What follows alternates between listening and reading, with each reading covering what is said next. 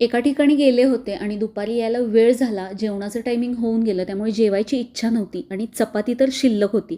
मग चपातीपासून म्हटलं काहीतरी स्नॅक बनवायचा म्हणून 2 कच्चे बटाटे धुवून सालीसहितच किसून घेतले. त्यामध्ये ओवा, हळद, लाल तिखट, गरम मसाला, चाट मसाला, मीठ, भरपूर कोथिंबीर आणि 3 मोठे चमचे बेसन घालून हे सगळं मिक्स करून यामध्ये थोडं थोडं पाणी घालून छान असं याचं बॅटर बनवून घेतलं. अगदी सैलसर नाही, यामधल्या गुठळ्या फोडून घ्यायच्या. अशा पद्धतीचं हे मिश्रण बनवून तयार आहे. चपातीचा फोल्ड करून अशी कापून घ्यायची. चपातीच्या अशा पद्धतीच्या पट्ट्या आपल्याला तयार करून घ्यायच्या आहेत. ती ओपन करायचं नाही, तशीच घडी घालून ठेवायची आणि या मिश्रणामध्ये बुडवून घ्यायचं आणि तेलामध्ये तळून काढायचं. असं फ्लॅट तव्यामध्ये घालायचं म्हणजे व्यवस्थित तळता येतं.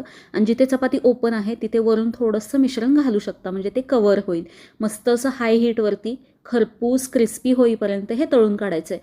अप्रतिम असा हा चपातीपासूनचा स्नॅक तयार होतो. नक्की बनवून बघा.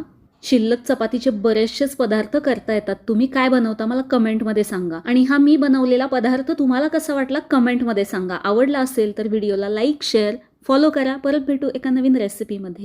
धन्यवाद.